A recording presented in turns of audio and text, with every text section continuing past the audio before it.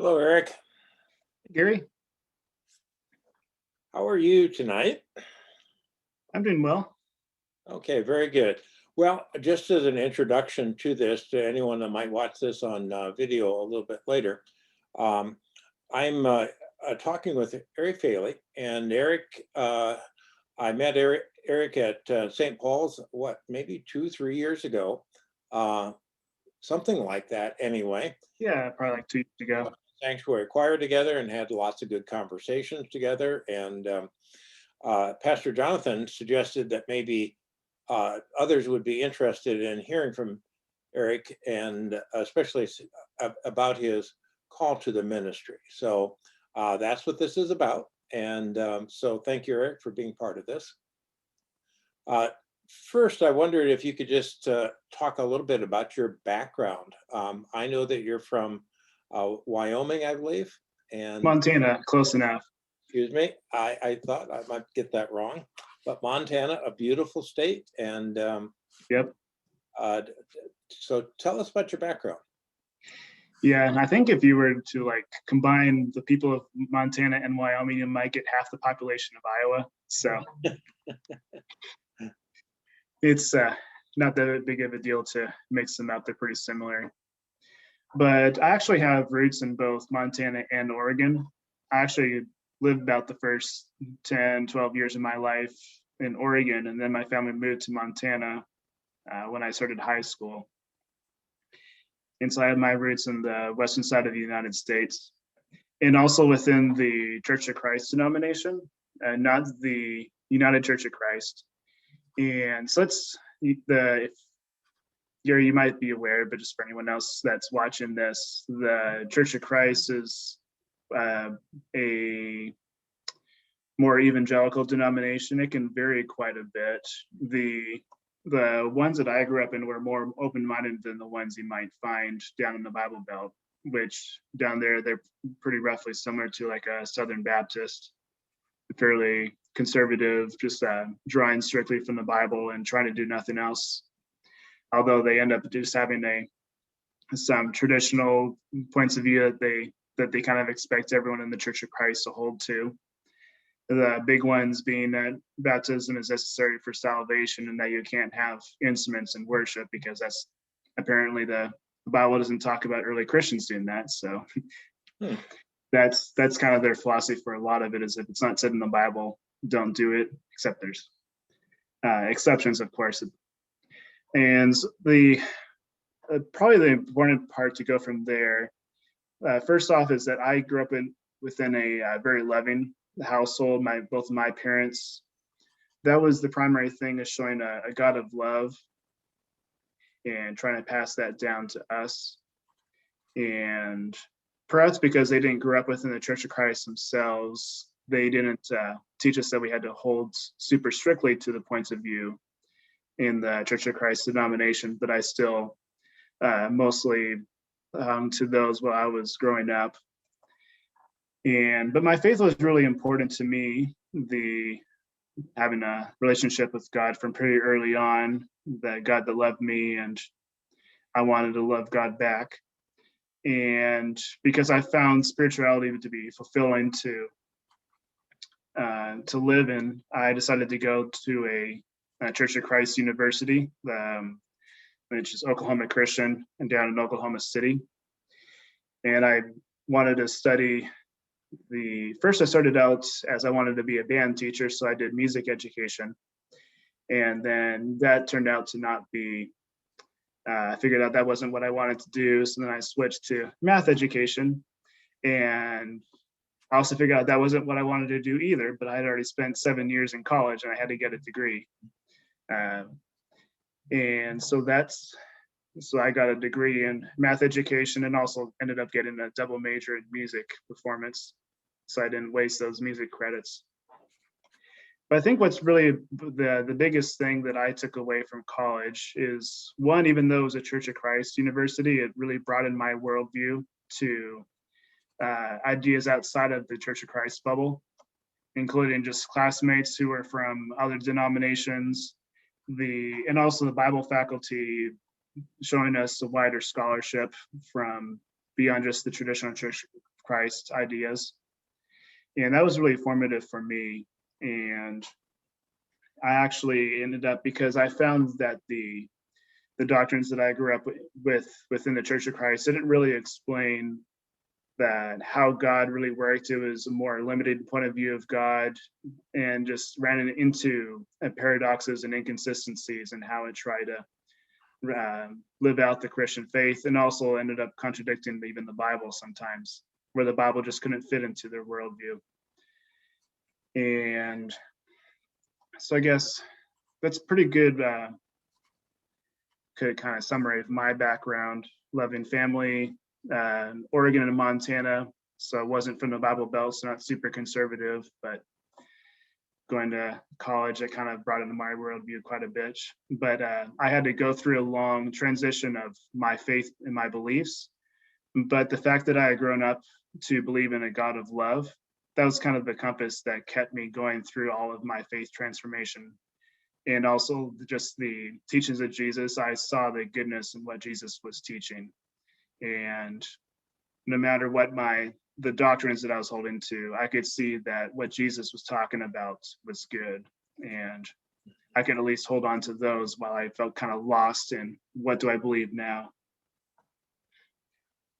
All right. Well, thank you for that. And I'm sure as we start talking about the education that lies ahead of you, there'll be more on that theme. Yep. So what brought you to Cedar Rapids? Yeah, so I graduated with 2 degrees that I didn't really plan to use either of them. I didn't want to go into teaching. It was just either like trying to hold to a curriculum that I didn't really believe in, or trying to handle 30 students at once just wasn't my cup of tea. And so I had to figure out what I wanted to do for a job or for a career. And I spent about 6 months or so decided what I wanted to do, living with my parents. And I decided to use part of my math education degree to study up and go into insurance as an actuary. And for those who aren't aware, who might be watching this, an actuary, I kind of think of it like an accountant, except that instead of doing like past or current finances, actuaries deal with future finances, trying to predict how their insurance products will do in the future, and whether they've built up enough money to be able to afford future payouts to their customers. Mm-hmm.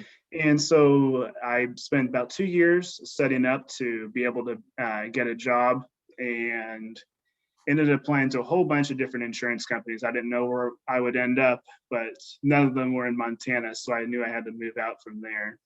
And Transamerica was the first one that decided to offer me a job. And so I was like, yay, I got a job. Let's start my career and start my life. And so I moved here to Cedar Rapids.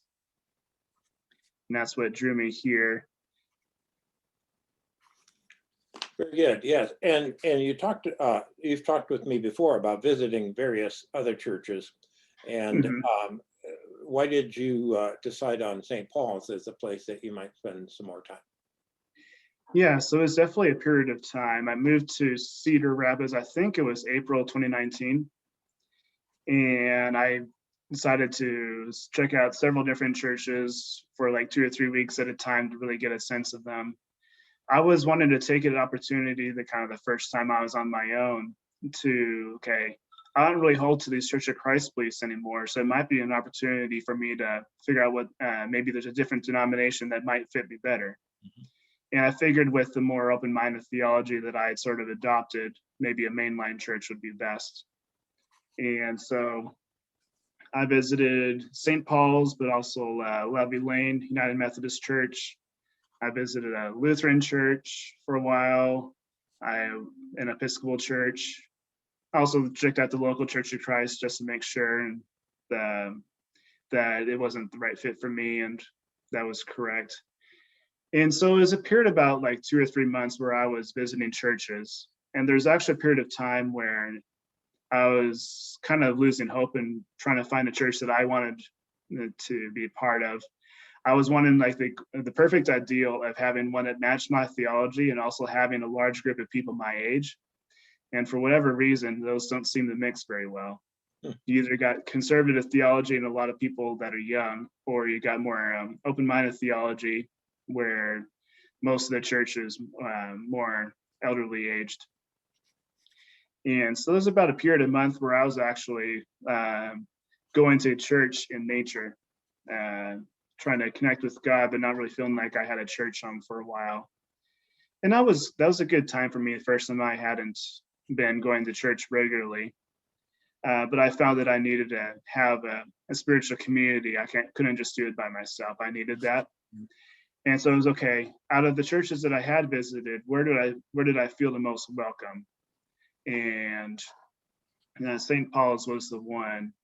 I think I'd seen good music program. I had liked the openness and welcoming atmosphere and the different classes that they offered. Liked the leadership that I saw from the pastors. And so that felt like the one that would be the best fit for me. Yeah, I think I started attending St. Paul's regularly around like September, and then became an official member in October sometime, I think October and November. Okay, very good. I think I remember visiting with you at some of those first visits, Yeah, and maybe inviting you to be with the choir. And I sensed a little hesitancy, and just in terms of, well, I'm still kind of shopping around, but we'll see. And it worked yeah, out really well. So thank uh, you. Yeah, they're, I think uh, Nancy, Anton Jensen, and Jonathan, uh, they invited me the to luncheon the first time I visited, and I really enjoyed that. It's probably meaningful for part of the choice that I decided to join St. Paul's. yeah, and we're thankful for that. So I wonder if you could provide some details, maybe even a narrative about how you perceived God's call to ministry. This exactly how God calls people to ministry is a source of fascination for me, and I think is kind of a source of mystery. I remember when I first kind of felt that I had received a calling, and it was a real turning point in my life. Um, and I remember some of the details about that. So I wonder if you could expand on that. Yeah, well, it definitely wasn't a clear like light coming from the sky, like Paul on the road to Damascus moment, where it's like, I call you, Eric, to ministry. It was, I think it's something that might have been growing over time, but there definitely was a moment where I was attending St. Paul's, and I was not satisfied with my job at Transamerica. I think I was kind of hoping that a job at an insurance company would be a kind of a collaborative atmosphere, working together to try and solve problems with numbers.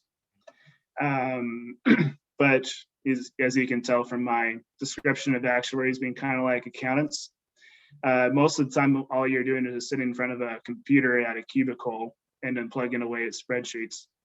And you're not actually serving people directly, or really collaborating with people to try and solve big issues. And I felt pretty early on, even within the first couple months of working there, that this wasn't going to be the thing that could satisfy me long term. And so my mind was already kind of open to look for alternatives. And I think that mentality of looking, I think, allowed me to be open to hearing a call. And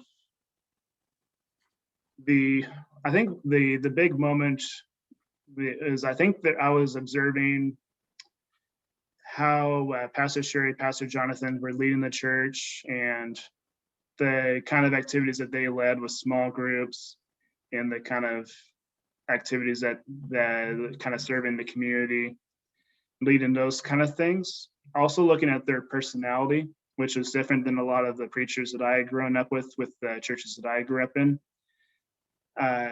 Once I had seen how they were leading a church, that was like, oh, maybe I could be this is like a thought that just popped into my head is like, I wonder if I could do that too. And I think the big thing, like why I hadn't really had that thought earlier, is that the preachers that I grew up in with the Church of Christ basically had to, they had to apply to churches, and he's like, hey, church, do you want to hire me? And also because the Church of Christ doesn't have a huge denominational structure, the preachers are kind of like the one big leader of the church, and I kind of form the core of the personality of the church. And because of that dynamic, preachers end up usually being the energetic, charismatic, got the plans for the future kind of leader, where that's not really my personality as much. I'm kind of more collaborative, but also a bit more introverted, but just wanting to help people. And so my picture of what a pastor was very different growing up than what I saw at St. Paul's. And once I saw the possibility of, oh, pastors can also lead this way, that's, I think, what opened me up to the possibility as well. So it's kind of a combination of things. And then like looking back at my own life, I could see, especially in college, when I was basically trying to do almost pastor-like things with the friends groups that I had in college without realizing it. Something that was really surprising for me as someone who's not very assertive or outgoing or popular really, is that most of the groups that I was a part of, like my fraternity club in college, the music department, like student organization, and a couple others, I ended up, for some reason, ended up being the leader of each of those at one point or another, which kind of surprised me because I didn't see myself as the leader type. But the thing that drove me is I wanted to develop that community to have a special connection for each other and be able to mold it into something that was more than just the sum of its parts, to kind of bring it, like form that special community, a special bond with people that where they feel welcome, they feel safe, they feel loved, and where they feel empowered to do things for the rest of their life. And that desire to create that community is something that I think I didn't realize that I had until I kind of heard this call from God. Is like, I want to be able to be someone that can give spiritual insight, but also encourage, help cultivate community where people feel like they can be safe with each other and trust each other, and also are excited about developing their own spiritual growth and being able to do that together. And that's kind of just like I kind of have like an image of like what I want that sort of spiritual community to be, which is it's such a like a fascinating vision. I want it to become a reality as much as possible. Of course, I might never get there, but I think God kind of gives us, each of us, different things that we end up getting excited about that we want to invest our time into and help grow. Well, that's exciting, and I've got a lot of confidence that you're going to be in that role very soon. So that's great to hear. So tell us about the specific plans, just kind of the nuts and bolts of what lies ahead. Yeah, so actually so I'll be starting seminary at Boston University. I'll be going there for 3 years to be ordained as a pastor within the United Methodist Church. So going through that pathway. I'm actually going to be heading out from Iowa in like 2 or 3 weeks I'm actually going to go to Montana and see my family. And then we're going to do a road trip to move in my brother to his college in California. And then we're going to fly straight across the country to move me into Boston. So I'll have an exciting several weeks in August where I get to get started in that new adventure. I'm hoping to, as I enter Boston in seminary, I hope to make a lot of friends who are kind of going along the same path that I am, which I think will be really important as I and try to mentor a community. Hopefully that group of fellow ministry students, we can kind of be a self-supporting community for each other. That's what I want to help develop. Also building my skills on what does a good spiritual community look like? What kind of things do they do? What helps them grow? And what helps them actually produce fruit? And just those are the kind of questions that I want to discover and see what kind of structures that the church has that we need to really kind of boost and focus on, and which are there perhaps some structures that hold us back as well. And how can I work with that to build the best community possible? And then, of course, just to get some practical experience working with the church, which I'll have an opportunity to do for, I think, a couple of years while I'm there, some internship opportunities. And also just learning how people grow spiritually, learning different kinds of people and different kinds of faith that they will lead, and be able to identify the gifts that different people have and help encourage them to build those gifts up. So that's what I want to focus on while I'm at seminary. And I really don't know exactly what's going to happen after seminary, where I'll end up. I'm currently within the Iowa conference, but it's possible that God could be calling me to serve somewhere else. But I know that once I can figure out where that is, I want to invest a lot of my energy and time to making those dreams that I have a reality as much as possible with God's help. Well, there is a great need for the kind of spiritual community that you're talking about here in Iowa, and I do selfishly hope that your path leads you back here at some point in time. But nevertheless, what you're talking about is very exciting to me. Exploring that world of ideas and spirituality with a group of people your age in Boston sounds incredibly exciting to me, an old guy looking back on his life. So I really wish you the best. And I know good things are laying in store. Yep, I'm definitely excited. And whether I come back to Iowa or not, I do want to say that St. Paul's is special for me. One is the first church that I landed in after my faith transition, where I felt like I had a home where I was able to be myself, express my ideas, and have that be appreciated and received. And also, it's the church where I felt my call. And St. Paul's has really been supportive for me during that process, and one of the best for me. And it's also the first church where I played bells, and the first church where I was part of the choir as well. And so there's a whole bunch of firsts, and I want to remain connected with St. Paul's as much as I can. Well, thank you for that. And thank you for taking time out of your busy schedule in these last few weeks that you're here in Cedar Rapids to visit with me and share this with the rest of the people at St. Paul's. Thank you. Thank you so much. Yeah, thank you, Gary. I appreciate the opportunity. Okay.